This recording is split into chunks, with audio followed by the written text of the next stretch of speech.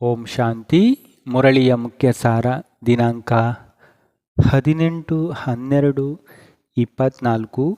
ಬಾಪ್ದಾದ ತಿಳಿಸ್ತಾ ಇದ್ದಾರೆ, ಮಧುರ ಮಕ್ಕಳೇ, ಸರ್ವಶಕ್ತಿವಂತ ತಂದೆಯೊಂದಿಗೆ ಬುದ್ಧಿಯೋಗವನ್ನು ಇಡುವುದರಿಂದ ಶಕ್ತಿಯೂ ಸಿಗುತ್ತದೆ. ನೆನಪಿನಿಂದಲೇ ಆತ್ಮರೂಪಿ ಬ್ಯಾಟರಿಯು ಚಾರ್ಜ್ ಆಗ್ತದೆ.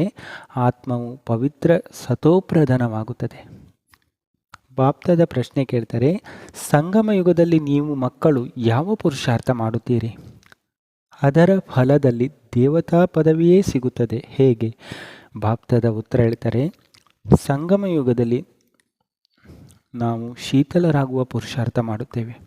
ಶೀತಲ ಅರ್ಥಾತ್ ಪವಿತ್ರರಾಗುವುದರಿಂದ ನಾವು ದೇವತೆಗಳಾಗಿ ಬಿಡುತ್ತೇವೆ. ಎಲ್ಲಿಯವರೆಗೆ ಶೀತಲರಾಗುವುದಿಲ್ಲವೋ ಅಲ್ಲಿಯವರೆಗೆ ದೇವತೆಗಳು ಆಗಲು ಸಾಧ್ಯವಿಲ್ಲ. ಸಂಗಮ ಯುಗದಲ್ಲಿ ಶೀತಲ ದೇವಿಯರಾಗಿ ಎಲ್ಲರ ಮೇಲೆ ಜ್ಞಾನದ ತಣ್ಣೀರನ್ನು ಹಾಕಿ ಎಲ್ಲರನ್ನ ಶೀತಲಗೊಳಿಸಬೇಕು. ಎಲ್ಲರ ತಾಪವನ್ನು ಕಳೆಯಬೇಕು.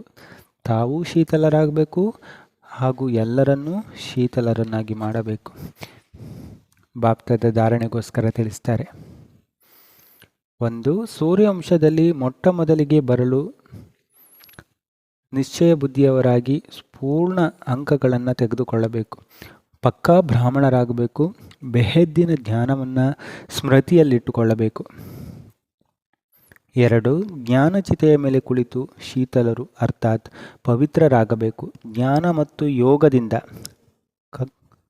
ಮತ್ತು ಯೋಗದಿಂದ ಕಾಮದ ತಾಪವನ್ನು ಸಮಾಪ್ತಿ ಮಾಡಬೇಕು.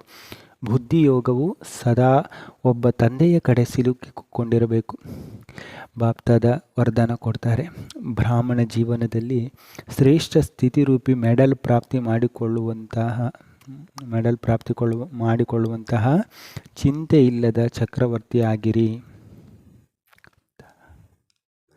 ಬಾಪ್ದಾದ ಸ್ಲೋಗನ್ ಹೇಳ್ತಾ ಇದ್ದಾರೆ, ಅಟಲ್ ನಿಶ್ಚಯ ಮತ್ತು ನಶೆಯಿಂದ ಹೇಳಿರಿ ನನ್ನ ಬಾಬಾ ಅಂದಾಗ ಮಾಯೆಯೂ ಸಮೀಪವೂ ಬರಲು ಸಾಧ್ಯವಿಲ್ಲ. ಅಚ್ಚಾ. ಓಂ ಶಾಂತಿ.